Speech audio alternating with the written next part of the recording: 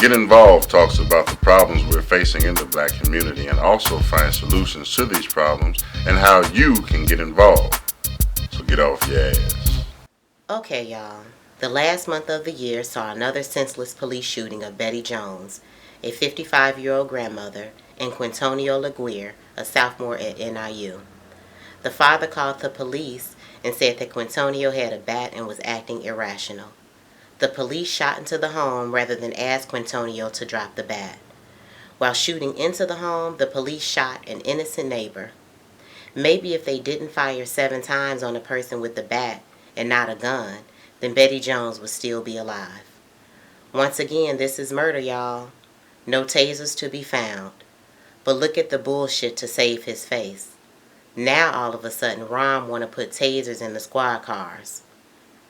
Where was this common sense before so many young bloods were shot? As you can see, black folks are continuing to protest and not give up or ignore the treatment we face. We pay these police salaries and can't even call them because they look at all black folks as criminals and not victims. Pigs are paid to serve and protect, not shoot on first sight. Black folk, we need a refund on our investment. Can you say class action lawsuit for the daily harassment by police, or better yet, the poor conditions in our hoods that the city act like don't exist? Shit, potholes so big you can fall into them. Don't give up, black folk. Today we're talking about segregation versus integration. Did y'all know there were 2,800 black businesses in Bronzeville in the 40s? Now look around. Black-owned businesses ain't nothing but about 4.3% in the entire country. We were tricked to try and fit into white supremacy, work and shop within their economic systems, but we forgot about our own. And now look around. How many black businesses in your hood? I'll wait. Basically, I believe that when we fought for civil rights and they fought for integration, basically what it did, it kind of set us back, because at that time we had our own stores because we had to go to our own stores. We couldn't go to white stores. We had to build a black economic system. Well, just taking it to an education standpoint, our children, yeah, we are integrated in school, but now things seems to be still separated in the sense of how your district determines what school you go to, a test board determines what school you're able to be selectively enrolled in. Those things hinder us in a sense, like our education is not equal still. Black athletes, they like the #1 integrators going. They never come back to their communities. They never set up businesses in their community. We in Chicago, just think of all the black athletes that came out of Chicago. Just think of all the black athletes that's in Chicago. They have nothing to do with the inner workings of the city. Because their main thing is that they're trying to get away from this.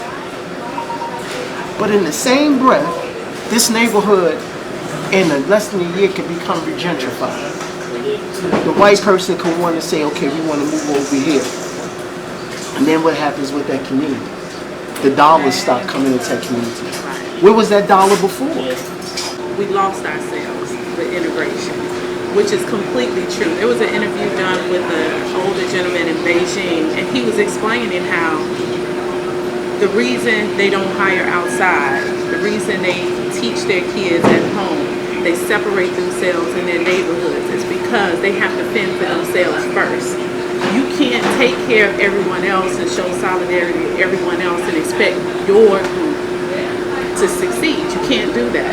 You have to take care of yours first and then go on. We completely integrated and lost. We had already been separated, like you said, from our motherlands. So we don't have that sense of culture.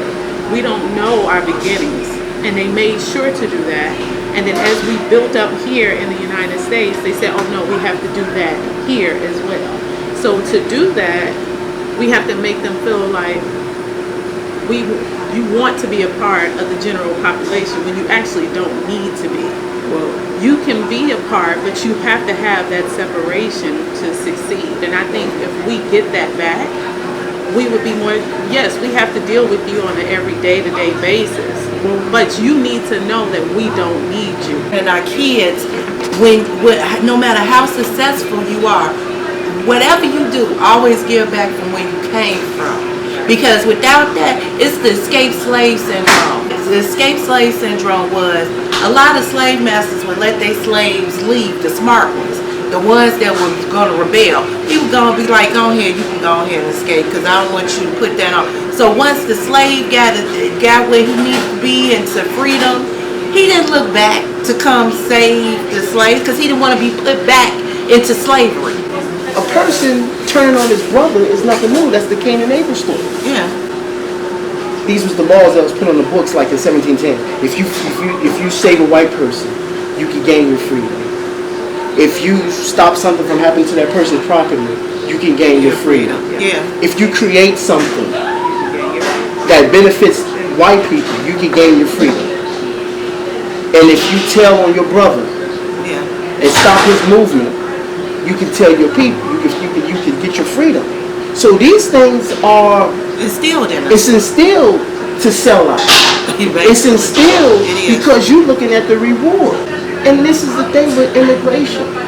Immigration is the biggest fucking killer of everything. It's self-hate, even with the women in the world. Like, we don't even appreciate who we are.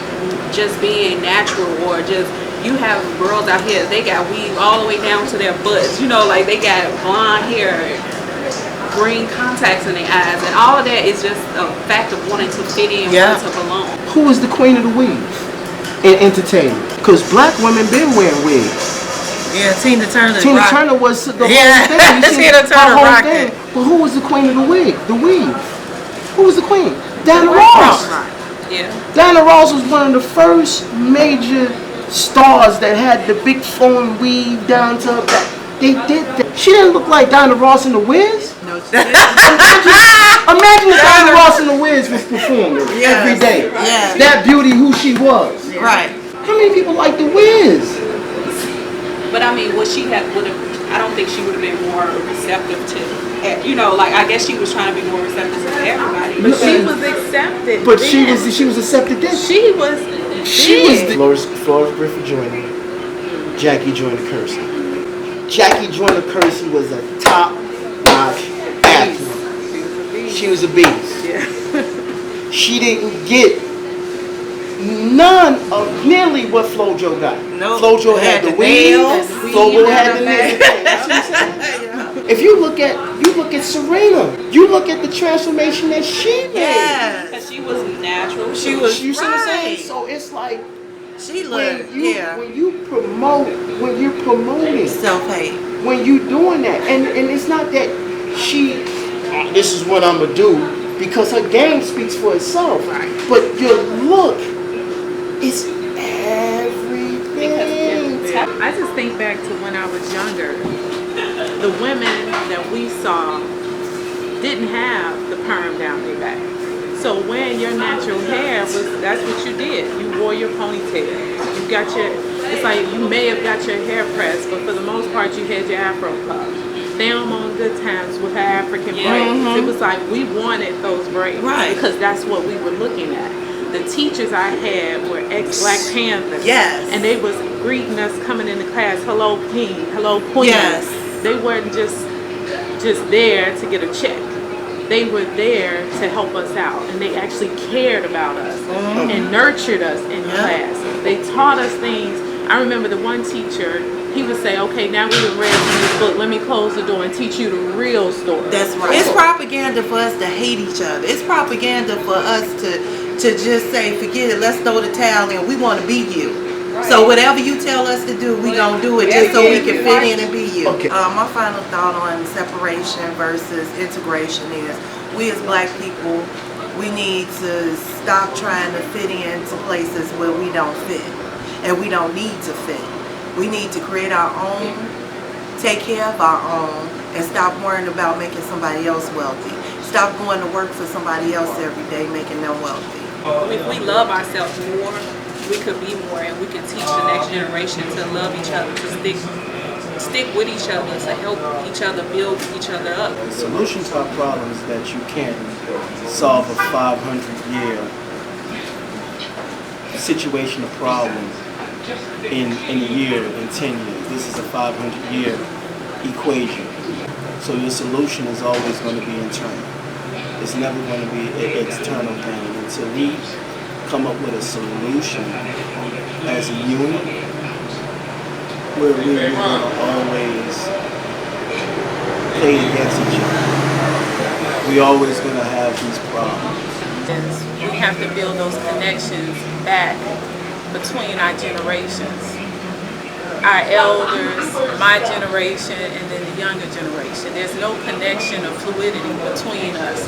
And that's what puts us against each other as well. If I discount the younger person and say, oh, they just done for, I can't teach them because I didn't count them out. And if the older don't talk to us about what they did, how they did it, they're not going to learn it. They can, but it will be harder.